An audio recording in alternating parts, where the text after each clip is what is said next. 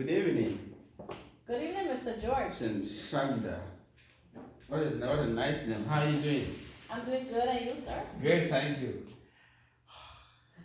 It's a pleasure to be with you Thank you for so this much. important interview on the Diocese of St. Thomas and on Bishop Feudjio. You can see him there. Yes. The first communion born bishop in the United States of America. So it's quite a remarkable news. I'm here to do research on you and on the Diocese of St. Thomas. Okay. But before I begin, I would like you to tell us who you are in summary. Okay. My name is Shanda Ramnarine Cebedo. I have always tried my best to be dedicated to my Catholic faith. Okay. You know, so it's a pleasure having to do this interview on behalf of the Bishop Jerome Feudjio, Okay. Your Excellency Bishop Jerome How do you Feudjio. about that? Yes, I'm very, very happy, very content about it. Thank Yes. you. So tell us a bit about yourself. Okay, I have been a Catholic all my life, and I truly love my faith. Okay. But there has been a time where I actually, sort of abandoned my faith, and I really started to follow friends and wanted to live in the world more Okay. than I should have, because I thought that was the best thing. Following friends, being around company that are just not too good. They're into the hair, the nails, their beauty. But when it comes for time to make some time with the Lord, you hardly find young people involved as much. Dedicate time. Yes. So so I basically I lived that life, but then I transformed, and back in November of 2010, Yeah. I lost my mom due to renal cancer, Okay. and at that very moment, I became so angry With? with everything around me, Okay. because I kept questioning myself, why did this happen? Why? And I could not find my answers. Okay. So immediately I turned to a priest, and as far as I can recall, he was a Polish priest, and I still was not satisfied with he could not explain death, and I guess probably I myself could not accept the fact of how the process works. Okay. Yes. So I felt as if I was wasting my time, but I never gave up on my faith. You kept searching. I kept searching and searching and searching. I would not say I was a pagan, but I was going towards that. Okay. Because I was more into following company and wanting to be like them. And you know how it is here in America, or basically everywhere in the world, where someone wants to be like someone. Yeah. Because of fashion and beauty.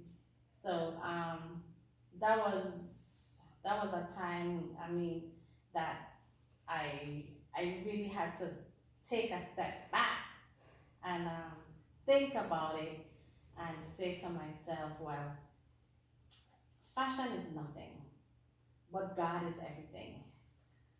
Glad you discovered that. Yes. So and at that same time, I felt like my soul was withering away like the dry desert, Okay. because I was thirsting. My soul was thirsting, but I didn't realize that it was thirsting until I had some other experiences, So and that experience came with the Bible. When I started to read the Bible, I went through some detoxing, spiritual detoxing, I would say. Um, I started to. It took me at least 2.5, between 2 years to 2.5 years to To really go through the Bible. to go through the Bible. Now, don't ask me Whether you what I understood. understand or what I understood, Mhm. because honestly, I did not. I could tell you what is Genesis and Revelations, The beginning, the the first and the beginning and last. the end, right? So, but yes, as I started to read the Bible, I started to develop flu, headaches, constant diarrhea, fever, vomiting. Wasn't feeling good, so I went to the doctor several times. I even ended up going to Mayo Clinic in Jacksonville, Wow. and you know, Jacksonville in Florida? yes, Jacksonville, Florida. Yes, I love that city. it's I remember beautiful. I flew there. I drove from New York to Tampa. My sister is in Tampa. Oh, So I had to stop in Jacksonville. yes. Very good people. Yeah, very beautiful. Absolutely, absolutely. Okay. So yeah, my husband took me there. Nothing was wrong. So I started reading the Bible for a while, and then I started reading it again, and the same thing happened, and the same thing kept happening. So I told my sister about it, and she said, "I think you're detoxing. You're going through a spiritual detoxing." Okay. And I truly and honestly believe that. Honestly, I did believe that. So that So what happened after that? after that, I I started trying to get, I only attended masses only once per week. Okay, that was on Sunday. Yes, and I felt like, because I'm coming to church, I think that's gonna save me, and I mean, but I was lying to myself, because I used to think attending the masses, Yes. it will help me go to heaven, Yes. and I was lying to myself. Okay. That was a big lie.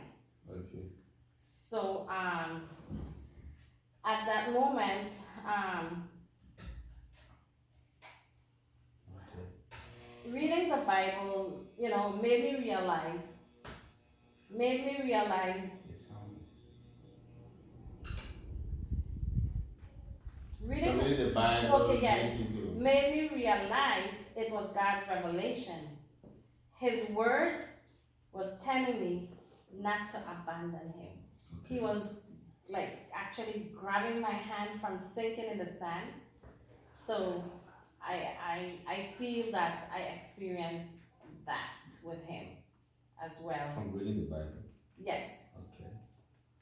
I didn't grow in maturity Yes. like how I should have, but I never gave up my faith. And it was, to me, it was a mystery that was in my eyes. It started to unfold. It's like a rose when it's a bud, Yes. and then it begins to unfold. Unfold. Yeah, and it happens slowly. Wow, until the petals. And yes, until it turns into the something flower. beautiful. Wow. Yeah, so I'm very happy to. yes, so and then back in 2019, December of 2019, I was married for 25 years Oh, wow. to my husband, Okay. and it was really a difficult time for me. And again, at that moment, I didn't know where to go. I felt lost. I felt like anger. Mm-hmm. I felt like I didn't even know where I was going. So I met Father Jacob, Father Jacob Fobalomfo, Mm-hmm. and Who's the parochial vicar of Holy Cross Parish? Yes. Here in St. Croix. Here in St. Croix, yes. He's also Cameroonian descent. Okay. And as far as I know, he was recently ordained as well into the priesthood a couple of Here years in ago. St. Thomas. Here in St. Thomas. Okay. Actually, we are 4 islands, And StCroix is the biggest island, and the Yes. capital is in St. St. Thomas, Thomas. Charlotte, Mali. I see. So, Father Jacob has really impacted my life Your spiritual life. spiritually, and he taught me things that I never knew, and Could you give some examples? yes, he taught me how to pray. Could you teach us how to pray? I would like our viewers are very, very, very eager to know. I'm interested Okay. to know too. Father, Yeah. the first thing when you pray, you have to be very serious, and you have to be in tune, and you have to want. Exactly. Because if you pray without meaning, you get no place, and that's where your faith comes in. That's true. So, it's not only going on your knees, it's not only folding your hands, but it's giving it all Totally. to the Lord. Because the communication, you know. And with meaning. And at that moment, my son, I have a 7-year-old at that time, he was 5 years old. Okay. He was diagnosed with autism at a year old. Okay. And my son, even though Noah is the name of my son, even though we brought him to church, it still wasn't enough, because we also had an experience with Noah. Okay. So I had a picture of the Last Supper in my house, and every time Noah saw the picture, the painting, I would say, okay, Noah would cry and he would just fling it. He doesn't want to see it. So I was it on the wall? Yes. Okay, so he would remove it. Yes. So I immediately, contacted Father Jacob, and he said, "Please bring me the picture." I brought the picture to Father Jacob. During the course of the time, Father Jacob has put his hands upon the head of my son. And I would say that he was the main intercessor, because if it wasn't for him, Noah would still be afraid of that picture. And a couple months after, Noah outgrew the crying and the anxiety and the scariness of it all. So that's a testimony that prayer do work, and God answers prayers. Father Jacob will tell me, you have to come to church every day. Make it your business to come to church every single day. I will wake up at 5 o'clock in the morning. I will drag my son Noah, and every morning we will come, and it's almost like for about a year, Father Jacob has been touching his head with prayers. And at this point, because Noah sees the importance of spirituality, due to the fact that Father Jacob is a role model in Noah's life, that everything for Noah is the Bible, or wanting to be like Father Jacob. Yes. There were times when Father Jacob would come off of the tabernacle, the altar, I'm sorry. The pulpit? He will come down, and he's dressed in his surplice and his cassock, and Noah will. It was so touching, because he will touch the cloak of Father Jacob and walk behind him, thinking, well, he's also the priest.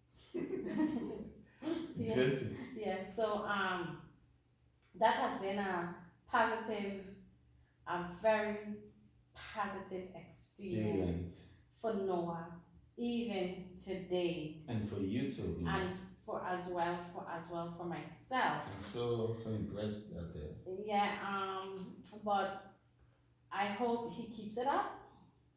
Father Jacob still prays for him. And also, it was because of Father Jacob I know what is a novena, and I know the months of the Blessed Mother, okay. because that's her role in his life is very important, and he has instilled and modeled that routine in my life. I'm so happy that the African priests, especially from Cameroon, are doing an exceptional Actually, ministry here in the island. I'm not sorry to say this, Yes. but African priests, specifically from Cameroon, I have they made me thirst to learn more, because when you have a priest that understands the culture and implement the teaching of Rabboni into our lives, it makes a difference. It's not only a genre that is used on a higher level, but you bring it down and you break it down. So you call that scaffolding. So you start from the very bottom and you work yourself up. And in every homily that Father Jacob do or has delivered to the parishioners, that's how it's done. That's how it's done. So I must say that the priests from Cameroon, they are well prepared to take their role and to execute, to build a family in the spiritual setting of the church. Thank you so much for that testimony, which takes me to my second question. Yes. Regarding Bishop Feudjio, who was a Cameroonian born prince in the island. Oh. Where did you first meet the bishop? I met, actually, he was not a bishop yet. He was Monsignor. Okay. Do you remember the year? It was August of 2020. Okay. At So that he was time, still a priest? Yeah, he was still the Monsignor, and because from my biography here, he was made Monsignor in 2002 by Pope John Paul II. So maybe he was still a priest then, 2000. Yes. Well, yes, but then I was introduced to him as Monsignor. As Monsignor. Interesting. Now, I never had an interaction with him. With Monsignor at the time. Don't know anything about him. Nothing at all. Don't even know where he's from. Okay. But there was, I always hear Father Jacob, speak about Monsignor at that time. And everything he was saying, he would explain the role of the Monsignor, and he would say, I have to get in touch with my boss to make sure I keep abreast with what's going on and report to him if anything. So one day, I was asleep. Okay. And I felt like a dark shadow, came over me, because I really don't like to sleep in the dark. I see. So I felt it, and my body started to shake a little bit. So I actually saw him. Wow. As a bishop. I reported it to Father Jacob. Yes. Father Jacob said, if you think I'm good, something better is coming. So you used him as a bishop with a mitre and a cusia, dressed like a bishop. He was all in gold. Wow. All in gold, and he was so radiant and so vibrant. And that was compared to a bishop. What was so particular that really made him a bishop? To me, it was God sent. Okay. He was born for that. And like Father Jacob said, if you think I'm good, Mm-hmm. like John the Baptist said, if you think I'm good, something greater is coming. So you were expecting something greater coming. So You believed? I saw it. I saw it in my dream. But then I said, I told Father Jacob. Father Jacob said, okay, just keep it to yourself because you never know, and pray about it. So we prayed about it, and Monsignor at that time came to St. Croix on a visit with the Cardinal Gregory Wilmington. Okay. Again, I touched his hands, and You greeted him. yeah, to greet him. Okay. And even though we were going through a pandemic, he let me touch touch his hand and shake his hand in a very humble way. But I felt the warmth at that moment. Interesting. And I said to him, I whispered eloquently in his ears, and I said to him, you're going to be the next bishop. And he just smiled and he walked away. And ever since then, my relationship with him in a spiritual way has developed more and more. Now back in March. Yes. 2nd of March. March 2nd. Mm-hmm. When it was announced. How did you feel? Where were you, by the way? Were you here in St. Croix? I was here in St. Croix. I was at work. Okay. And Father Jacob said, look at the TV. Look at the TV. How was broadcast? It was broadcasted on EWTN. Wow. Channel 7. Okay. And I actually got it on my phone. And he was screaming on one side. Screaming with joy. And I was screaming on the other side. And I would say happy is an understatement. I would say overjoyed. Okay. You were overjoyed by the news. I was so overjoyed that I could feel the highs on my skin, the goosebumps. Wow. With that mysterious experience. Wow. Because it's not something tangible that I can feel, that I can hold on to, but it's something that exists in the spiritual form. Wow. That no one would ever be able to, you could question it. Yes. But you could never find the answers. Because the bishop, he's a mystery within himself. Wow. Thank you so much for that's what I feel about him. Let's go to his qualities. What qualities do you think he has from the first time you met him to date that have really impacted? Yes. Okay, Bishop Jerome Feudjio, he's a very transparent person. He makes himself visible at all times. And he's not afraid. So transparent in terms of dealing with others?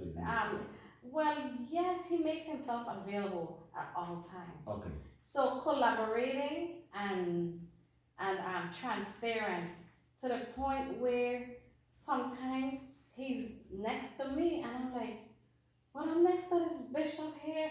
Is this for real? Because he's a man of stature. So I would think like, oh, because he's a bishop, he won't be able to speak to me. But that's the wrong misconception. It's a lie. So he's very visible to the people? He's very visible. He takes his job serious. Has he been here in St. Croix ever since? Oh, he comes here all the time. Oh, really? Yes, he comes here all the time. And we're so happy to have him. And when he comes, it's always a lot of work.